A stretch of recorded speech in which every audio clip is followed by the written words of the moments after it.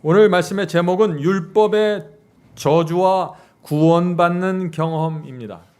오늘날 기독교에서 크게 혼돈되고 있는 문제가 바로 이 문제입니다. 율법과 구원에 대한 문제입니다. 그래서 오늘 말씀 여러분들이 끝까지 집중해서 들을 만한 가치가 있는 말씀이라고 제가 생각합니다. 성경에는 여러 가지 다양한 주제들이 있는데 오늘날 기독교의 형편으로 볼 때 이 율법에 대한 문제를 이해하지 못하면은 정말 복음을 이해할 수 없고 구원의 경험을 이해할 수 없는 그런 상황이 되어버렸습니다. 그래서 제가 오늘 이 말씀을 좀 나누려고 하는 것입니다. 오늘날 기독교회는 율법을 긍정적으로 바라봅니까? 부정적으로 바라봅니까? 네, 아주 부정적으로 바라보고 있습니다. 심지어 하나님의 계명을 순종할 필요가 없다 하는 이런 말까지 들리고 있죠. 아주 심각한 얘기입니다. 왜 그럴까요? 그것은 바울의 말씀 때문에 그렇습니다. 바울이 율법의 저주라는 표현을 남겼어요. 그래서 많은 분들이 고민하는 것입니다. 율법을 지켜야 되는가 말아야 되는가. 그래서 갈라디아 3장 13절, 이 말씀이 오늘 말씀의 주제 성경절입니다. 갈라디아 3장 13절입니다. 그리스도께서 우리를 위하여 저주를 받은 바 되사, 그리스도께서 우리를 위해서 저주를 받아서 우리가 구원받는 것, 그것은 좋은데 다음에 나오는 이 단어가 문제예요. 우리를 위하여 저주를 받은 바 되사 율법의 저주에서 우리를 속량하셨으니 기록된 바 나무에 달린 자마다 저주 아래 있는 자라 하였습니다. 많은 사람들이 이 말씀을 읽으면서 어떻게 생각합니까? 그거 봐, 율법은 나쁜 것이고 우리를 저주하는 것이므로 율법을 지키는 그런 신앙을 하면 안 돼, 이렇게 생각하는 것입니다. 정말 이 말씀이 그런 말씀일까요? 그래서 오늘 저희가 율법이 정말 어떤 것인지, 또 율법의 저주가 무엇인지 좀 살펴보려고 하는 것입니다. 자, 그리스도께서 우리를 율법의 저주에서 구원하셨다고 바울이 말했는데 이 말씀의 진정한 의미가 무엇이냐 하는 것입니다. 분명한 사실은 이것입니다. 주님을 믿는다고 모든 사람들이 구원받는 것은 아니라는 것이죠. 그래서 어떤 사람들은 주님을 믿지만 율법의 저주를 받아서 멸망당하는 사람들이 생기는 것이고, 또 어떤 사람들은 주님을 통해서 율법의 저주에서 구원받는 사람들이 생기는 것입니다. 교회 안에 두 무리가 있는 것입니다. 알곡이 있고 가라지가 있는 것처럼, 양이 있고 염소가 있는 것처럼 율법의 저주를 받는 자들이 있고 율법의 저주를 벗어나서 해방되는 사람들이 있습니다. 자, 그래서 이 문제가 중요한 것이죠. 자, 그래서 율법의 저주를 받는다 하는 이 말씀의 의미가 무엇인가? 중요한 질문입니다. 자, 율법의 저주가 무엇인지를 알려면은 나를 그렇게 저주하는 율법의 종류가 있다는 사실을 알아야 됩니다. 율법의 종류가 있어요. 그래서 그 많은 종류들 중에 어떤 율법이 나를 정죄하고 나를 저주하는지 알아야 된다 하는 것이죠. 성경에서 율법이라고 할 때 몇 종류가 있는데 오늘 우리가 살펴보려고 하는 것은 십계명과 의식법입니다. 골로새서에 나온 말씀에 의하면 의문의 율법이죠. 바울이 편지서에서 결코 따라가지 말라고 반대하고 금지했던 법은 어떤 법입니까? 의식법. 자, 의식법이 무엇인가요? 할례와 절기와 양잡아 제사 드리는 의식들, 이것을 모세가 기록했는데 이것을 의식법이라고 얘기하는 것입니다. 자, 유대인들은 수천 년 동안 이 의식법의 절차와 예식을 통해서 죄를 사함받았죠. 그리고 구원을 경험하고 구원받았습니다. 그런데 바울은 왜 이 의식법을 더 이상 지키지 말라고 금지시켰을까요? 왜냐하면 예수께서 십자가에 돌아가셨을 때 그것은 구약 성소 시대에 있었던 그 제사 제도의 끝을 의미하는 것이기 때문입니다. 자, 왜 그럴까요? 예수께서 십자가에 돌아가실 때 하나님께서 이 제사 제도의 종말을 고하는 놀라운 사건을 하나 보여주셨어요. 그것이 무엇입니까? 성소에서 휘장이 둘로 찢어지는 일이 생겼죠. 자, 그 말씀이 어디에 있나요? 마태복음 27장에 나옵니다. 마태복음 27장 50절 51절. 예수께서 다시 크게 소리 지르고 영혼이 떠나시다, 이제 돌아가신다는 것이죠. 이에 휘장이, 예수께서 돌아가시는 그 순간 성소 휘장이 위에서부터 아래까지 찢어져 둘이 되고, 이 휘장이 아래서부터 찢어갖고 위로 찢었다면 뭐 사람이 찢을 수도 있겠죠. 위에서부터 찢어져 내려왔어요. 하나님께서 하신 것입니다. 그런데 왜 성소 휘장이 예수께서 십자가에서 돌아가시는 순간 찢어졌을까요? 왜 하나님께서 그런 장면을 사람들에게 보여주셨을까요? 더 이상 이 유대인의 성소, 지성소에 하나님께서 임재하지 않겠다는 것입니다. 성소 시대가 끝났다는 것입니다. 예수께서 피로써 새 언약을 맺으셨기 때문에 더 이상 이제 성소에 와서 동물의 피가 흘려질 필요가 없게 된 것입니다. 예수 그리스도의 피가 있기 때문에 그런 것이죠. 그래서 예수께서 피로써 새 언약을 맺었다 하는 것입니다. 그래서 바울이 그것을 지적하면서 모세가 기록한 그 의문의 율법, 의식법은 더 이상 필요 없게 되었다고 말하는 것입니다. 자, 그 말씀이 어디에 있나요? 골로새서에 있죠. 골로새서 2장 14절입니다. 골로새서 2장 14절. 우리를 거스리고 우리를 대적하는 의문에 쓴 증서를 도말하시고 제하여 버리사 십자가에 못 박으시고. 자, 오늘 많은 분들이 이 골로새서 2장의 말씀을 좀 오해하거나 혼돈하고 있습니다. 자, 어떻게 오해하시나요? 많은 분들이 이 말씀을 지적하면서 구약시대 모든 율법이 십자가에서 폐지되고 도말되었다고 그렇게 생각하는 것입니다. 정말 그럴까요? 아닙니다. 십자가에서 폐지된 율법이 있고 폐지되지 않은 율법이 있다는 걸 우리가 알아야 되는 것입니다. 많은 분들이 이것을 놓치고 있죠. 성도 여러분, 십자가에서 그러면 폐지된 율법이 무엇입니까? 그것이 의식법이죠. 제사제도와 할례를 규정한 의문의 율법입니다. 그러면 폐지되지 않은 율법이 있는데 그것이 무엇인가요? 그것이 바로 십계명입니다. 자, 이 둘을 혼돈하면 참 심각한 문제에 빠지죠. 어떤 문제에 빠질까요? 폐지된 율법을 열심히 지키는 사람들이 생기게 돼요. 오늘날 그런 사람들이 있죠. 기독교에 절기까지 지켜야 된다고 주장하는 분들 있잖아요. 의문의 율법은 지금 골로새서에서 십자가에서 폐지됐다고 했는데 그 폐지된 율법을 열심을 다해서 지키게 되는 것입니다. 왜요? 율법에 대한 오해가 생겼기 때문에 그렇습니다. 오해하면 어떻게? 폐지되지 않는 또 십계명을 또 폐지시켜버려요. 구약시대 율법이 내려오다가 십자가에 와서 폐지된 율법과 폐지되지 않는 율법으로 딱 나눠지면서 지금 가는 건데 이것을 혼돈하기 때문에 지켜야 될 건 안 지키고 지키지 말아야 될 건 지키는 이런 문제가 생겼다 하는 것입니다. 이해하시겠습니까? 네. 그래서 바울의 서신서에서 율법에 대해서 말할 때 그가 폐지된 율법을 말하고 있는지 폐지되지 않은 율법을 말하고 있는지 구분해서 읽는 것은 중요하다는 것이죠. 자, 그러면 이제부터 모세가 기록한 이 의문의 율법, 의식법과 십계명이 어떻게 다른지 좀 살펴보도록 하겠습니다. 전혀 다른 것입니다. 자, 의문의 율법과 십계명은 그 법이 주어진 목적과 이유와 내용과 기록하신 분과 보관하는 장소와 모든 것이 다릅니다.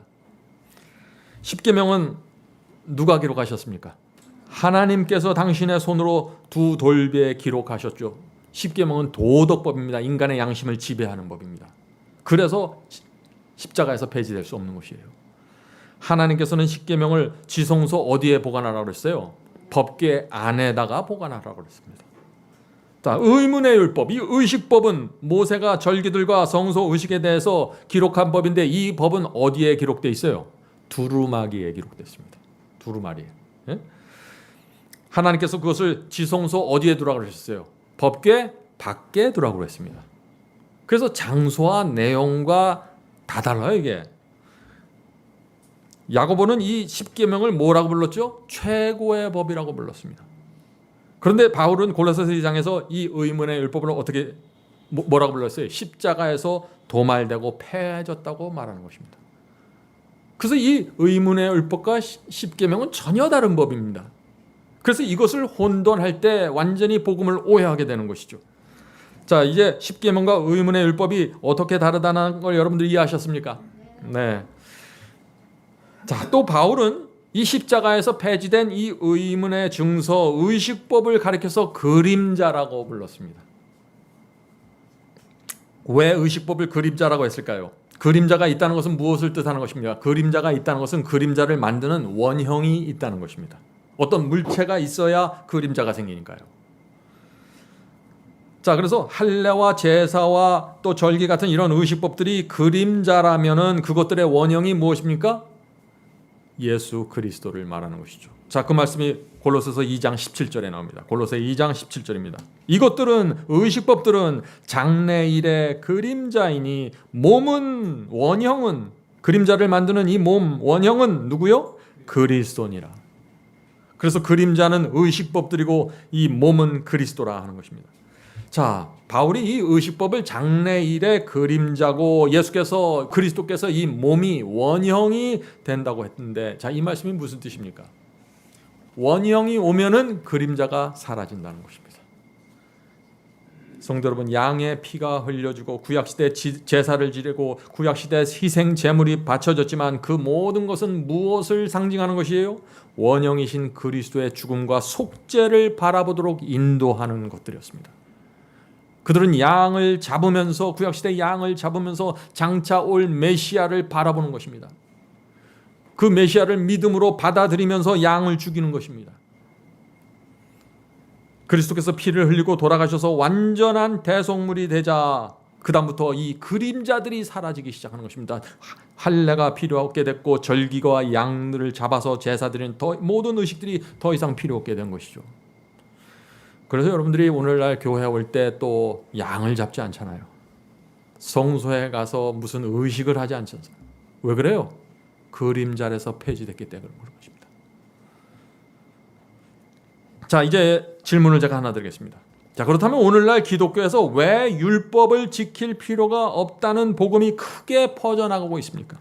왜 많은 목회자들이 계명은 십자가에서 폐해졌으므로 더 이상 지킬 필요가 없다는 설교를 하고 있습니까? 왜 그럴까요? 이제 여러분들 그 사실을 알 것입니다. 왜냐하면 의문의 율법과 십계명을 구분하지 못하니까 다 통틀어서 그냥 얘기하는 것이에요.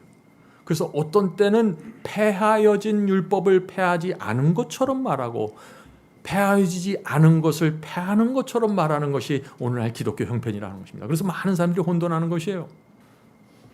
자, 이제 다음 단계로 넘어가죠. 성도 여러분, 바울은 율법의 저주를 받는다고 했는데 그렇다면 이 율법이 어떤 율법일까요? 의문의 율법입니까? 십계명입니까? 예? 우리가 죄를 범하면은 우리를 저주하는 율법이 있는데 그 법이 어느 법이냐 하는 것입니다. 이제 여러분들 점점 대답을 하실 수 있는 준비를 갖추어 가고 있는 것 같습니다. 구약시대 유대인들은 의식법과 십계명 모두에 순종해야만 했습니다. 그렇죠? 십자가 이전에는 의식법이 폐하해지지 않았으니까. 그들이 만약 순종하지 않으면 그들은 이 두 법에 의해서 정죄를 받게 되는 것입니다. 자, 그런데 신약 시대가 되면서 십자가에서 무엇이 폐지됐다고 했어요? 의식법, 할례와 절기들이 폐지됐습니다. 그러므로 우리는 할례와 의식법들을 지키지 않아도 정죄받지 않고 저주받지 않는 것입니다. 지켜야 될 의무가 없는 것입니다. 그러나 십계명은 어떤가요? 십계명은 여전히 살아서 그 권위를 갖고 있는 것입니다. 신약 성경에 보면은 어떤 때는 율법이 폐하여졌다라고 어떤 때는 율법이 여전히 살아서 존재한다는 말씀이 두 개가 같이 나오니까 혼돈하는 건데 이제 여러분들이 그 이유를 아시게 될 것입니다. 자, 그래서 예수께서 이런 말씀을 하신 것이에요. 마태복음 5장 17절 18절입니다. 마태복음 5장 17절 18절. 내가 율법이나 선지자나 폐하러 온 줄로 생각지 말라. 폐하러 온 것이 아니요 완전케 하려 합니다. 자, 예수께서 완전케 하신 율법 속에 십계명이 포함되어야 할까요? 그렇습니다. 반드시 포함되어야죠. 내 부모를 공경하라, 거짓말하지 말라, 우상 섬기지 말라 하는 이 법이 폐하질 이유가 전혀 없는 것입니다. 너무나 좋은 법이기 때문에 그렇죠. 자, 계속해서 읽어보죠. 진실로 너에게 이르노니 천지가 없어지기 전에는 율법의 1.1획이라도 반드시 없어지지 아니하고 다 이루리라. 성도 여러분, 이게 무슨 말씀입니까? 예수께서 당신 자신이 성육신 하셔서 계명을 지키는 삶을 모본으로 보여주셨습니다. 그래서 십계명을 완전케 하셨습니다. 계명을 지키는 사람은 이런 것이야. 그 당시 유대인들이 율법주의에 의해서 계명을 바라보던 눈을 완전히 바꾸셔서 계명을 지키는 그것은 이 마음과 동기와 의도에서부터 시작한다는 그것을 예수께서 친히 몸으로 보여주신 것입니다. 이것이 바로 계명을 완전케 하신 것입니다. 그래서 천지가 없어지기 전에는 1.1획이라도 반드시 없어지지 않고 지켜야 하는 법으로 십계명을 세워주셨다 하는 것입니다. 자, 그러므로 십계명을 지키지 않으면 그 계명이 우리를 정죄할까요? 그렇습니다. 십계명은 십자가 이후에도 여전히 그 권위가 살아있기 때문에 그렇죠. 십계명은 우리를 정죄하고 저주하는 것입니다. 이것이 율법의 저주입니다. 부모를 공경하지 않으면, 거짓말하면은, 우상을 섬기면, 안식일을 기억하여 거룩하게 지키지 않으면 어떻게 된다는 것입니다. 그 십계명이 와서 나를 정죄하고 저주한다는 것입니다. 그것이 율법의 저주예요. 갈라디아서 3장에서 말씀하신.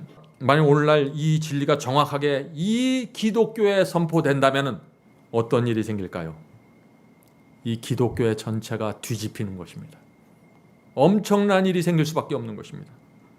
왜냐하면 십계명을 반드시 지켜야 된다는 말씀이 세워지면 구원론도 달라져야 되고 예배도 달라져야 되고 복음 전체가 달라져야 되는 것입니다. 여러분들 지금 제 말씀을 따라오고 계시나요? 자, 또 하나의 말씀을 살펴보죠. 또 하나의 문제입니다. 바울은 그리스도께서 우리를 율법의 저주에서 구원하셨다고 했는데 오늘 많은 사람들은 이 말씀을 마치 율법이 우리에게 저주가 되는 것처럼 오해하는 것입니다. 하나님께서, 예수께서 우리를 율법의 저주에서 구원하셨다는데 율법 자체가 저주가 되는 것처럼, 그래서 이 율법에 대한 아주 오해가 생긴 것이죠. 그래서 많은 교회에서 율법을 지키는 자는 율법의 주에 빠져서 저주를 받는다 하는 설교들을 하게 되는 것입니다. 성도 여러분, 오해하면 안 됩니다. 바울의 말씀을 잘 들어보세요. 바울은 십자가에서 우리를 율법의 저주에서 구원해 준다고 했지 율법을 지키지 않아도 된다고 말하지 않았어요. 율법의 저주에서 구원하신다 그랬지. 십자가는 우리를 율법의 저주에서 구원하는 것이지 율법을 지키지 않아도 된다고 말하는 것이 아니에요. 율법에 대한 계명에 대한 의무에서 해방시켜 주는 것이 아닙니다.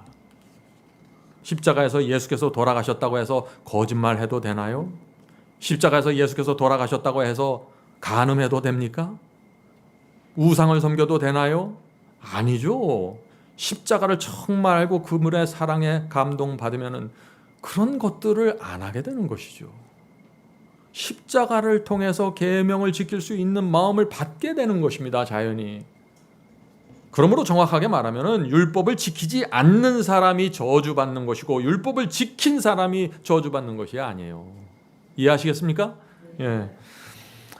자, 부모를 공경하지 않으면, 거짓말을 하면, 우상을 섬기면 어떻게 됩니까? 십계명이 와서 저에게 너는 죄를 범했다고 정죄하는 것입니다. 성령께서 제 가슴 속에, 양심 속에 말해주시는 것입니다. 그러면서 죄의 값은 사망이고 멸망이라고 저주하는 것입니다. 이것이 율법의 저주입니다. 그리스도의 피가 바로 이 저주에서 우리를 건져내신다는 것입니다. 어떻게 해요? 우리가 범한 죄를 놓고 주 앞에 나가, 주님, 제가 오늘 이 계명을 범했습니다. 저를 용서하여 주시옵소서. 당신의 피로 죄를 사하여 주시고 이 율법의 저주에서 저를 구원하여 주시옵소서. 이것이 바울이 갈라디아 3장에서 말한 그리스도께서 우리를 율법의 저주에서 구원하신다는 의미입니다. 얼마나 아름다운 복음입니까? 성도 여러분, 이것이 그리스도의 십자가의 놀라운 은혜이고 공로인 것입니다. 십자가의 피와 은혜가 아니면 누구도 무엇도 이 율법의 저주에서 빼낼 수가 없는 것입니다. 그러므로 우리가 하나님의 계명을 범하면 어떻게 될까요? 그리스도께 달려가야 되죠. 그분 앞에 납작 엎드려서 죄 사함을 받고 이 불쌍한 죄인을 율법의 저주에서 구원해 달라고 매달려야 되죠. 하나님께서 그럼 받아주시고 그리스도의 피를 보시면서 용서해 주신다는 것입니다. 이것이 복음입니다. 십자가에서 피를 흘렸기 때문에 우리가 이제 계명을 지킬 필요 없습니다. 이제 그리스도 안에 있는 모든 자는 정죄함이 없습니다. 여러분들 원하는 대로 감사하면서 사십시오. 계명을 범하든지 범하지 않든지 그것은 우리의 구원과 아무런 상관이 없습니다. 이것이 거짓 복음이에요. 성도 여러분, 오늘날 현실을 보십시오. 정직한으로 오늘날 기독교의 현실을 보세요. 여러분들 주변 사람들을 보세요. 얼마나 많은 사람들이 믿음이 구원의 유일한 조건이라고 말하면서 계명을 무시하고 있습니까? 주님을 믿기 때문에 계명에 순종하지 않아도 정죄받지 않는다고 생각하는 사람들이 얼마나 많나요? 이것이 무슨 얘기예요? 내가 주님을 믿으면 간음해도 정죄받지 않는다는 얘기예요. 내가 주님을 믿으면 우상을 섬겨도 정죄받지 않는다는 얘기예요. 이거 얼마나 무서운, 정말 무서운 얘기입니까, 이것이. 그래서 제가 너무나 답답해서 오늘 이 말씀을 드리는 거예요. 그래서 오늘날 수많은 사람들이 주님을 믿는다고 하면서 아무런 두려움 없이 율법의 저주 속에서 살아가고 있는 것이에요. 율법을 범하는 순간 율법은 우리에게 와서 정죄를 하고 저주를 합니다. 우리를 멸망으로 끌고 갑니다. 그런데 오늘 많은 사람들이 내가 주님을 믿고 거듭났기 때문에 나는 율법의 저주를 받지 않을 거야. 나는 계명을 범하고 하나님의 말씀에 순종하지 않아도 여전히 나는 구원받은 상태에서 평안하게 살 수 있어. 이렇게 생각하니 얼마나 답답해요. 그래서 오늘 많은 사람들은 율법을 싫어합니다. 심지어 어떤 분들은 율법은 우리에게 저주를 가져온다고 말하죠. 정말 그럴까요? 성경은 정반대의 말씀을 하고 있는 것입니다. 오늘날 정말 율법을 싫어하는 분들이 이런 말씀을 들으면 좀 생각을 좀 바꿔줬으면 좋겠습니다. 자, 시편 119편 7절입니다. 시편 119편 7절. 여호와의 율법은 완전하여 영혼을 소생시키고. 어떻게 여호와의 율법이 우리의 영혼을 소생시킬까요? 어떻게요? 내 속에 죄를 범할 때 내가 율법 앞에 서면 내가 죄인이라는 걸 알죠. 율법은 나를 정죄합니다. 내가 무슨 죄를 졌다고 금방 율법은 가르쳐 주는 것입니다. 그러면 제가 그 영혼의 고통을 갖고 주 앞에 나가서 그 죄를 사함받게 되는 것입니다. 율법의 정죄와 율법의 저주 속에서 죽어가는 나를, 율법이 나를 그리스도께 인도해서 그리스도께 나가서 생명을 받게 하니까 지금 이 시편 기자는 여호와의 율법은 완전한 영혼을 소생시킨다고 말하는 것이 아닙니까? 율법에 감사해야죠. 하나님께서 율법을 주신 이유와 의도와 목적이 있는 것입니다. 잠언 29편 18절 보겠습니다. 잠언 29편 18절. 묵시가 없으면 백성이 방자히 행하거니와 율법을 지키는 자는 복이 있느니라. 얼마나 분명합니까? 율법을 지키는 사람이 저주받는 것이 아니라 지키면 복을 받습니다. 하나님의 약속입니다, 이것이. 우리도 자녀들에게 그렇게 말하지 않아요? 성도 여러분, 율법을 지키는 사람은 저주받는 것이 아니라 복을 받게 된다는 것입니다. 부모를 공경하고 우상을 섬기지 않고 거짓말을 하지 않는데 복을 받아야지 왜 저주를 받습니까? 말이 안 되는 것이죠. 그래서 이사야 48장 18절에 이런 말씀이 있는 것입니다. 이사야 48장 18절입니다. 슬프다. 네가 나의 계명을 듣지 아니하였도다. 순종하지 않았다는 얘기죠. 만일 들었다면, 만일 계명을 지켰다면, 순종했다면 네 평강이 강과 같이 같았겠고 내 의가 바다 물결같이 같을 것이며. 성도 여러분, 이 말씀을 한번 읽어보세요.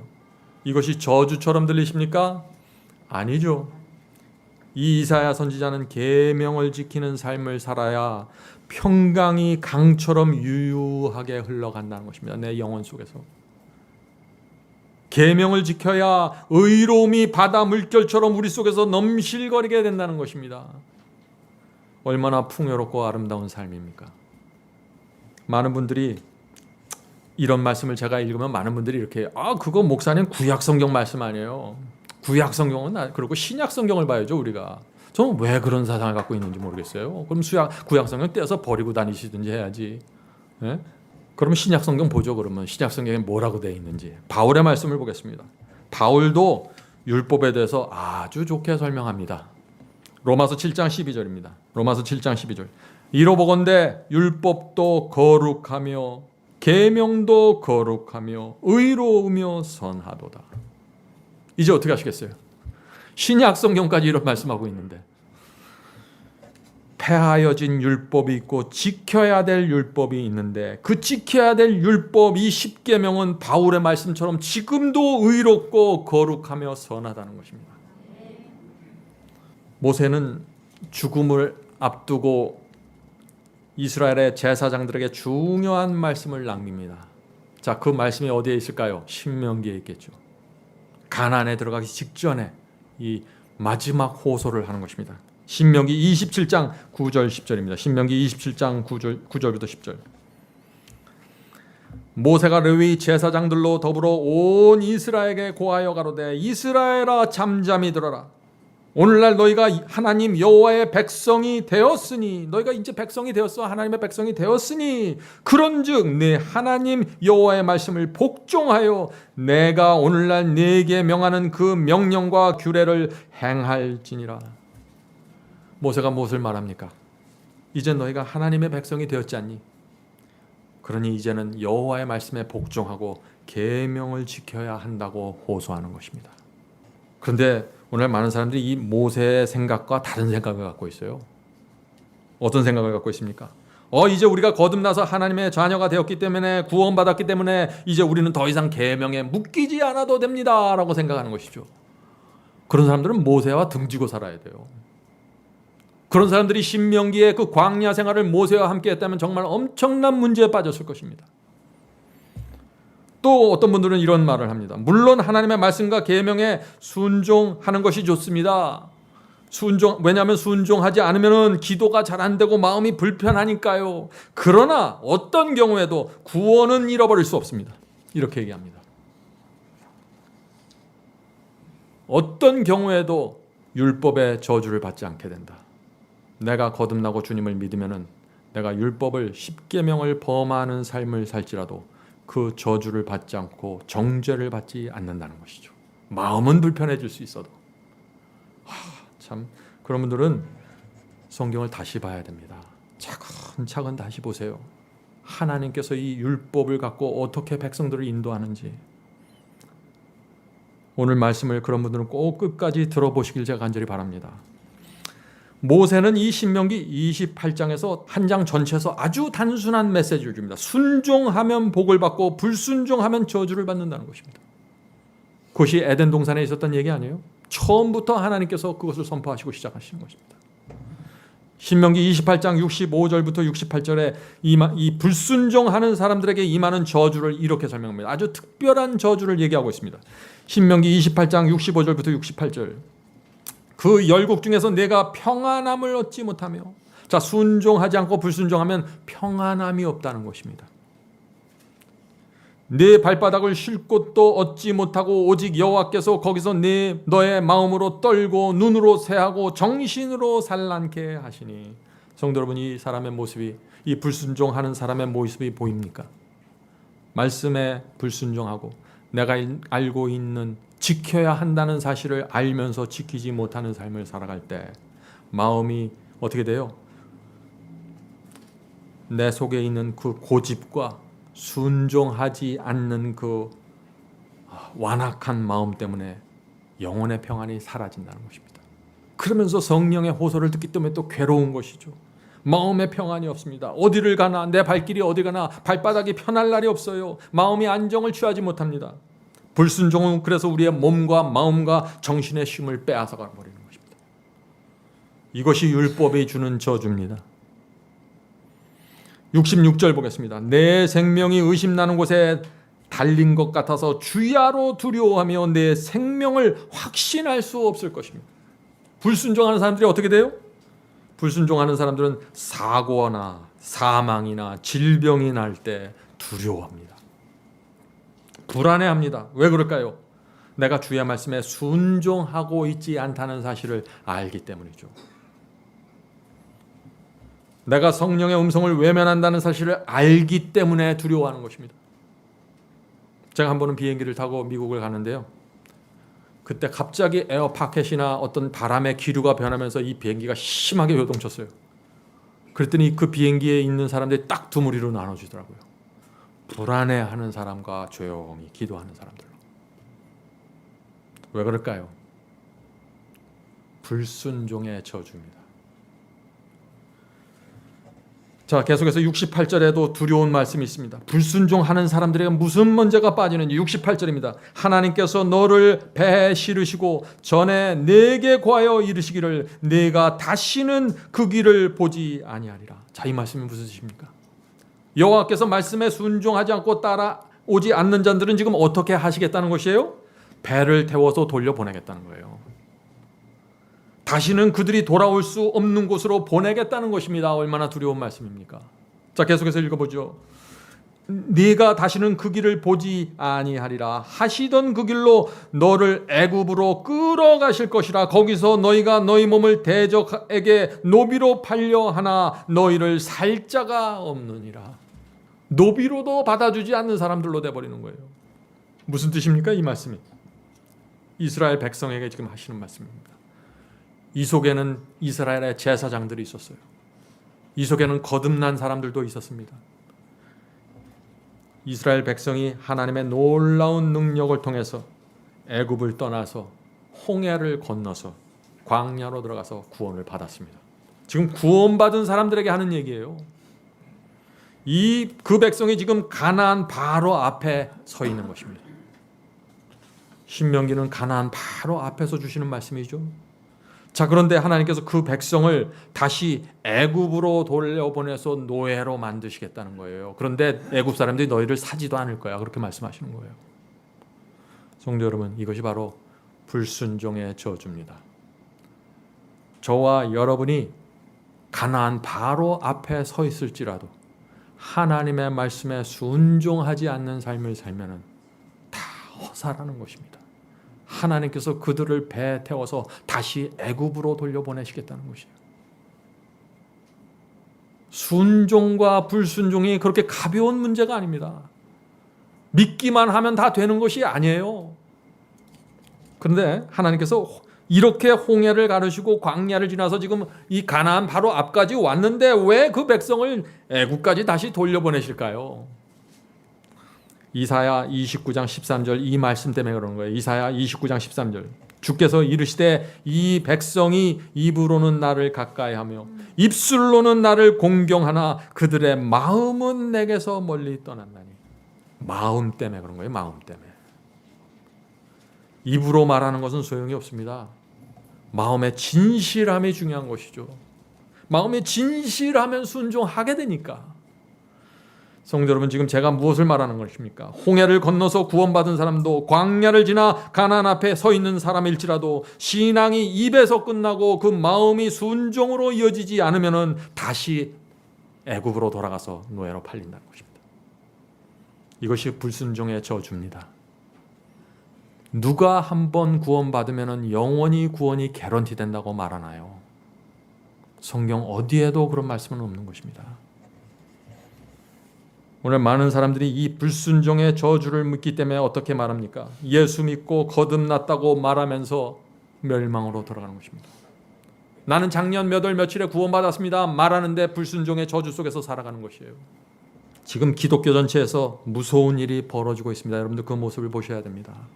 자, 이 성도 여러분, 이 불순종의 저주는 실제적으로 우리의 삶에 나타납니다. 자, 어떤 모습으로 나타나게 될까요? 순종하지 않잖아요. 순종하지 않으면은 우리의 몸과 마음이 병들어가기 시작합니다. 왜 그럴까요? 진리가 무엇인지 알지만 내 마음이 성령과 대적해서 계속해서 싸우기 때문에 힘이 든 것입니다. 정신적으로, 영적으로, 이 육체적으로 참 어렵게 되는 것입니다. 혹시 여러분들 양심의 가책을 느끼십니까? 잘 생각해 보세요. 불순종의 문제일 수가 있는 것입니다. 혹시 여러분들 구원을 잃어버린 것 같은 불안감 속에서 살아가시나요? 불순종의 문제가 깊이 개여되어 있을 것입니다. 영혼의 평안이 없습니까?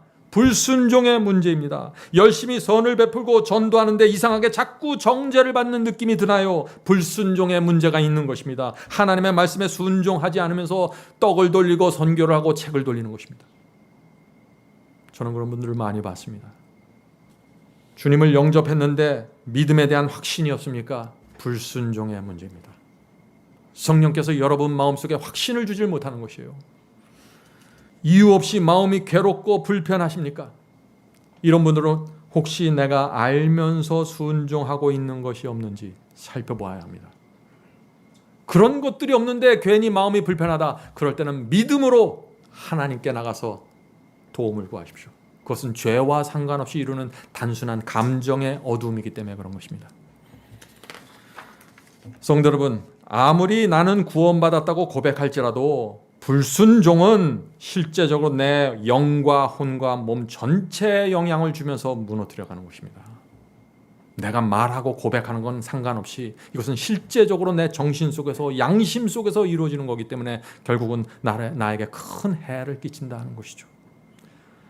성도 여러분, 이 모세는 광야 생활을 하면서 계속해서 애굽에서 나올 때부터 계속해서 이 이스라엘 백성들에게 두 가지 선택을 주면서 그들을 이끌어 왔어요. 애굽을 떠날 것인가 말 것인가 당신들이 결정해라. 홍해를 건널 것인지 말 것인지 당신들이 결정하십시오. 만나가 내려오는데 먹을 것인지 말 것인지 결정하십시오. 금송아 세워줄 때 당신들이 결정하십시오. 세울 것인지 말 것인지. 계속해서 두 가지 선택을 주었습니다. 그것은 순종과 불순종의 선택이었죠. 그래서 이 이스라엘 백성들은 계속해서 광야를 지나면서 순종의 복과 불순종의 저주를 선택하면서 계속 한 발 한 발 가는 것입니다. 이것이 이스라엘 역사 아닙니까? 이것이 광야 생활이었고, 그래서 날마다 그들은 복과 저주를 선택하면서 살았던 것입니다. 그래서 신명기 28장에서 가나안 바로 앞에서 모세가 죽기 전에 다시 한번 이 복과 저주를 얘기하는 것이죠.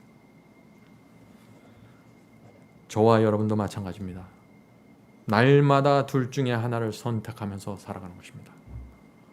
우리 속에서 육체의 충동이 올 때 여러분 선택하셔야 돼요.